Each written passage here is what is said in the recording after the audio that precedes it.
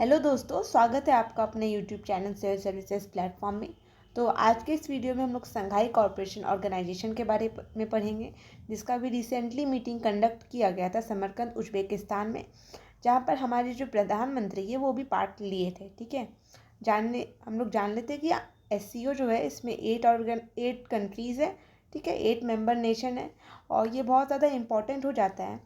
SCO है क्या? तो एक यूरेशियन पॉलिटिकल और इकोनॉमिक और सिक्योरिटी ऑर्गेनाइजेशन, जिसकी स्थापना 1996 में की गई थी। इसका 5 फाउंडिंग मेंबर्स था।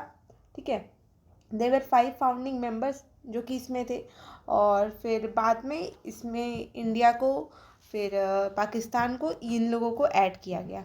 तो हम लोग देख लेते हैं एक एक करके इसको। ये बहुत इंपॉर्टेंट हो जाता है BPSC मेंस के लिए, खास करके करंट अफेयर वाला सेक्शन, क्योंकि 2023 में इंडिया ही है जो कि मतलब इंडिया ही चेयर करेगा SCO को। ठीक है, इंडिया 2 ऑर्गेनाइजेशन को चेयर करने वाला है, एक G20 जो ऑलरेडी डिस्कस हो चुका है, और SCO को।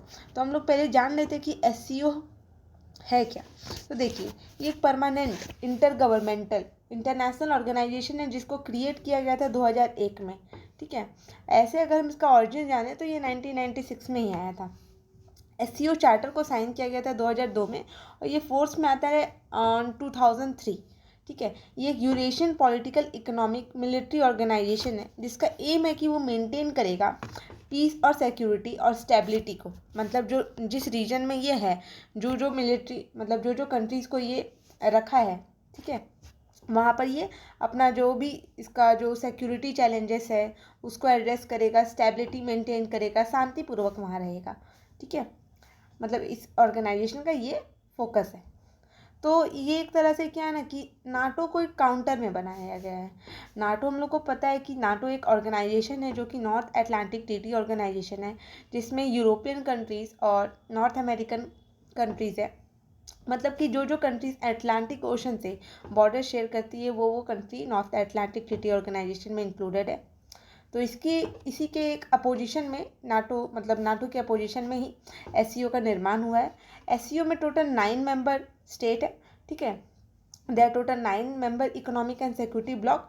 और ये जो है बहुत बड़ा ही, अगर हम लोग देखें रीजनल ऑर्गेनाइजेशन में, तो ये एक बहुत बड़ा ट्रांस रीजनल इंटरनेशनल ऑर्गेनाइजेशन के रूप में ये उभरा है। ठीक है, हम लोग ये जानते हैं। फिर देख लेते हैं, इसका ऑफिशियल लैंग्वेज चाइनीज़ है और रशियन है। परमानेंट बॉडीज़ में आ जाता है SCO सेक्रेटेरिएट इन बीजिंग। इसका ये है एक SCO सेक्रेटेरिएट है बीजिंग में, और दूसरा है रैट्स। इस बार इसको चेयरमैनशिप किया गया था इंडिया के द्वारा, जो कि है रीजनल एंटी टेररिस्ट स्ट्रक्चर, जो कि ताशकंद में बेस्ड है। इसका चेयरमैनशिप जो है एक रोटेशन बेसिस पे मेंबर स्टेट को मिलता है। इसका जो जेनेसिस है, it was prior to the creation of SCO in 2001।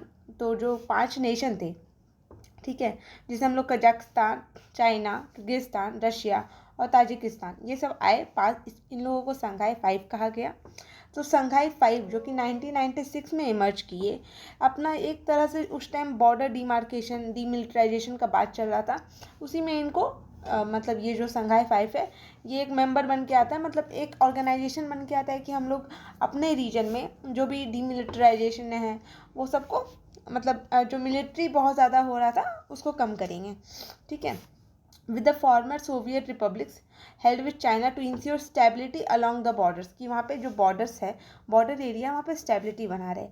Following the accession of Uzbekistan to the organisation in 2001, क्या होता है कि 2001 में उज्बेकिस्तान आता है, तो संघाई 5 का नाम को अब, क्योंकि उसमें 5 मेंबर अब है नहीं, 6 है, तो इसका नाम को बदल दिया गया, SCO कर दिया गया।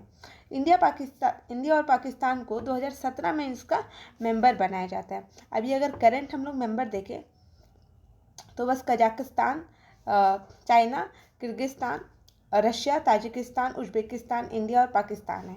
ठीक है, फिर ईरान जो है अभी हाल में 2023 में, अभी मतलब इसको अप्रूव कर दिया गया है, तो 2023 में एक परमानेंट मेंबर के तौर पे ये आएगा, क्योंकि एक एंटी नाटो है। देखिए, ईरान जो है इसका हमेशा लड़ाई चलते रहता है रशिया से, सॉरी USA से। ठीक है, US जो है हमेशा सैंक्शन लगाते रहता है ईरान पे। हम लोग एक डील जानते हैं JCPOA। ठीक है, ये जो था ना joint comprehensive plan of action, ये एक तरह से है कि ईरान को मना किया जा रहा है कि आप न्यूक्लियर इनरिचमेंट प्रोग्राम को ज़्यादा नहीं बढ़ाइए। ठीक है, तो आप इसके बारे में जानते ही होंगे। तो उसी के तहत मतलब ईरान और यूएस का बहुत ज़्यादा दुश्मनी चल रहा है। ठीक है, फिर हम लोग ये भी जानते होंगे कि ईरान और सऊदी अरेबिया का भी नहीं चलता है, मतलब नहीं बनता है, तो उन दोनों में भी कन्फ्लिक्ट होता है। वहीं पर अगर हम लोग यूएस और सऊदी अरेबिया का देखें तो बहुत अच्छा सही उन लोगों का तालमेल है। तो एक तरह से वर्ल्ड जो पूरा है ना वो एक तरह से नेक्सस में डिवाइडेड है। बस इंडिया ही थोड़ा वैसा है कि एक तरफ अगर ये यूएसए से भी अपना रिलेशन अच्छा करके रखा है तो रशिया से भी बस थोड़ा सा मतलब कि थोड़ा तकलीफ़ है तो चाइना के साथ, वो भी चाइना के करतूतों के कारण। ठीक है, वरना चाइना से भी इंडिया बहुत शुरू से ही बहुत अच्छा रिलेशन मेंटेन करने के लिए रखा। ठीक है, हिंदी चीनी भाई भाई वाला कॉन्सेप्ट था, पंसी लाइक प्रिंसिपल दिया गया था हमारे प्रधानमंत्री जवाहरलाल नेहरू के द्वारा। तो ये सब कुछ था कि हम with every country we have try to maintain a very good relation. ठीक है, तो यहाँ India was made an observer in SCO in 2005। 2005 में इंडिया को ना ऑब्जर्वर बनाया गया। ठीक है, and has generally participated in the ministerial level meeting, मतलब इंडिया जो था ना वो हमेशा पार्टिसिपेट करता था मिनिस्ट्रियल लेवल मीटिंग में। ठीक है, और जिसमें कि इसका फोकस रहता था मेनली सिक्योरिटी और इकोनॉमिक कॉपरेशन यूरेशियन रीजन में। ये था SCO के बारे में। अब हम लोग जान लेते हैं कि इस बार जो SCO समिट हुआ समरकंद उज्बेकिस्तान में, इसका मेन क्या था, मतलब मेन आउटकम क्या था, मेन हाईलाइट थीम क्या था। तो Samarkand declaration was signed by the member state के द्वारा साइन किया गया। इंडिया जो है प्रेसिडेंसी को लेता है फॉर 2023। तो इसका मेन हाईलाइट क्या था कि जो समरकंद डिक्लेरेशन है वो एडवोकेट करता है कि हम लोग एक पीसफुल सेटलमेंट लेकर के आएंगे। जो भी डिफरेंसेस है, जो भी डिस्प्यूट है कंट्रीज़ के बीच में, वो सब चीज़ को हम लोग डायलॉग और कंसल्टेशन के थ्रू ख़त्म करेंगे। ठीक है, सेटल करेंगे। ये पहला था। दूसरा था कि ये लोग स्ट्रेस किया था, मतलब फोकस किया है, एम्फसाइज किया है कि इन लोगों का जो प्रिंसिपल है ऑफ म्यूचुअल रेस्पेक्ट, जिसमें कि सॉवरेनिटी हो गया, independence, territorial integrity of state, equality, mutual benefit, non interference in internal affair, फिर नॉन यूज़ और threat of use of force are the basis for the sustainable development of international relation। ये लोग ये चीज़ पे focus करता है कि हम लोग म्यूचुअली रेस्पेक्ट करेंगे सबका, सॉवरेनिटी के लिए, इंडिपेंडेंस के लिए, टेरिटोरियल इंटीग्रिटी मेंटेन करके रखेंगे, समानता होना चाहिए, इक्वालिटी, म्यूचुअल बेनिफिट कि हाँ अगर कोई भी दो देश आ रहा है, कोई भी एग्रीमेंट साइन करा है तो दोनों का बेनिफिट हो, ऐसा नहीं कि एक का बेनिफिट हो तो दूसरे का नहीं हो। फिर हम लोग किसी के जो इंटरनल मैटर है उस पर इंटरफेयर नहीं करेंगे। हम लोग कोई भी जो फोर्स है या फिर जो भी होता है ना कि हम लोग वेपन यूज़ करते हैं, मतलब मिलिट्रली हम लोग किसी पे अटैक नहीं करेंगे। ये सब किया गया जो कि एक बेसिस है, जो सस्टेनेबल डेवलपमेंट इंटरनेशनल रिलेशन में हम लोग को चाहिए, उसका ये सब बेसिस है। तो इसी पे एम्फसाइज किया गया। तो मेंबर कंट्रीज जो वो प्लान करते हैं डेट कि वो लोग कॉमन प्रिंसिपल डेवलप करेंगे, खास करके एक यूनिफाइड लिस्ट ऑफ टेररिस्ट का बनाया जाएगा कि एक सारे कंट्रीज़ मिल करके। देखिए SCO जो है ना, इसका एक ऑर्गेनाइजेशन रैट्स था, हम लोग जाने, उसका मेन काम है कि एंटी टेररिस्ट मतलब कि एक्टिविटी को करना। ठीक है, तो इसी के तहत ये लोग एक लिस्ट बनाएगा टेररिस्ट का, सेपरेटिस्ट का, एक्सट्रीमिस्ट ऑर्गेनाइजेशन का, जिसका एक्टिविटीज़ को प्रोहिबिट किया जाएगा on the territory of the SCO member state.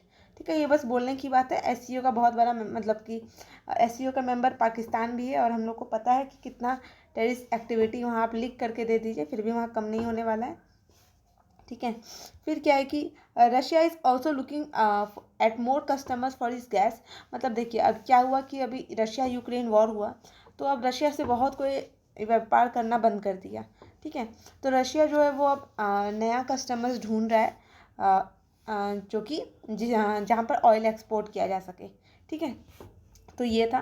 फिर नेक्स्ट है इंडियन पर्सपेक्टिव में हम लोग क्या जानते हैं। तो देखिए पहला है कनेक्टिविटी, कि इंडिया जो है वो SCO को अर्ज किया है, it has urge the SCO member state to give full to give each other full right to transit, and it would enhance connectivity and help in establishing reliable and resilient supply chain in the region. Connectivity में India emphasise कर रहा है supply chain पे कि अगर supply chain को improve किया जाए तो कनेक्टिविटी बेटर हो जाएगा. दूसरा चीज़ एम्फसाइज किया गया फूड सिक्योरिटी. हम लोग जान रहे हैं कि 2023 को हम लोग इंटरनेशनल ईयर ऑफ मिलेट्स के रूप में मनाएंगे. और ये हम लोग मिलेट्स ही क्यों चूज़ किए, क्योंकि आने वाला टाइम में ऐसा जो इरिगेशन है उसका बहुत ज़्यादा मतलब हर जगह नहीं पहुंच पा रहा है इरिगेशन. और फिर ऐसा क्रॉप चाहिए जो कि हर जगह उग पाए, कि पानी अगर कम है या न्यूट्रिएंट्स मिट्टी में कम है तो भी वो उग जाए. तो millets is such an example. और ये डाइट्री, इसमें फाइबर प्रॉपर्टी भी बहुत ज़्यादा होता है. That why millet is very important. तो इसीलिए इंडिया बहुत ज़्यादा एम्फसाइज कर रहा है फॉर मिलेट्स. और एक तरह से ये बोल रहा है कि इफ मिलेट्स अगर हम लोग लेके आते हैं तो हम लोग फूड सिक्योरिटी को एड्रेस कर पाएंगे. ठीक है. और जो एनर्जी और फूड क्राइसिस है उसको हम लोग ख़त्म कर पाएंगे, मतलब कम कर पाएंगे. फिर दूसरा है कि working group on traditional medicine. ठीक है. एक working group of traditional medicine का बनाया गया गुजरात में. ठीक है. वहाँ पे बनाया गया WHO के द्वारा ये global centre for traditional medicine. This was first and only world wide centre for the conventional medicine establish bye WTO. कि एक जो ट्रेडिशनल मेडिसिन होता है ये पहला और इकलौता ही है जो कि वहाँ पे स्टैब्लिश किया गया. टूरिज़्म में हम लोग जानते हैं कि हम लोग पढ़े कि वाराणसी जो है उसको SCO tourism and culture capital बनाया गया 2022-23 के लिए.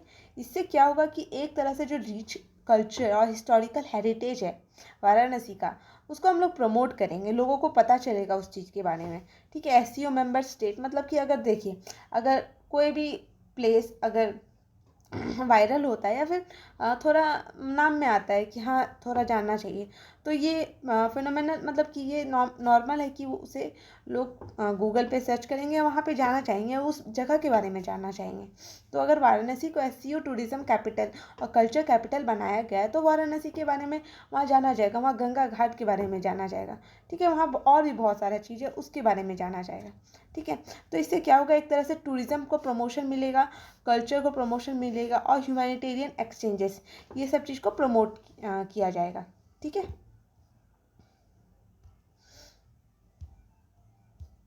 फिर हम लोग देखते हैं कि it also underlines India's ancient links with the member state of SCO. कि एक अंडरलाइन करता है कि इंडिया का क्या एंशियंट लिंक है SCO के मेंबर से, खास करके जो सेंट्रल एशियन रिपब्लिक है उन लोगों से. ठीक है. Under the framework of major cultural outreach programme एक नंबर ऑफ इवेंट को होस्ट किया जाएगा 2022-23 में वाराणसी, जिससे कि और भी लोगों को जो वाराणसी है उसके बारे में पता चले, यहाँ का कल्चर के बारे में पता चले. ठीक है.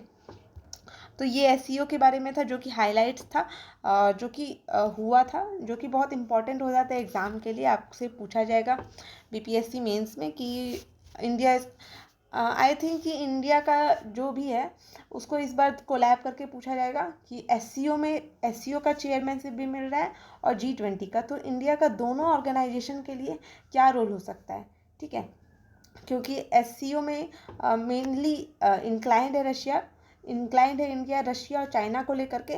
बट आपका G20 में इंडिया का जो अप्रोच है वो लगभग मोर देन 20 इकोनॉमीज, जो कि 19 तो कंट्रीज़ है, और जो यूरोपियन यूनियन है वो तो अलग से ही एक बहुत बड़ा समूह है देशों का. ठीक है. तो उन दोनों के बीच में how will India be able to collaborate with both of them, और ये कैसे होगा, ऐसा ही क्वेश्चन पूछा जाएगा. आई थिंक सो आप दोनों क्वेश्चन को तैयार कर सकते हैं. बहुत इंपॉर्टेंट टॉपिक हो जाता है ये BPSC मेंस के लिए. तो आज के लिए इतना ही था. और भी करंट अफेयर का topics I will discuss. Till then keep watching, keep sharing. Thank you so much.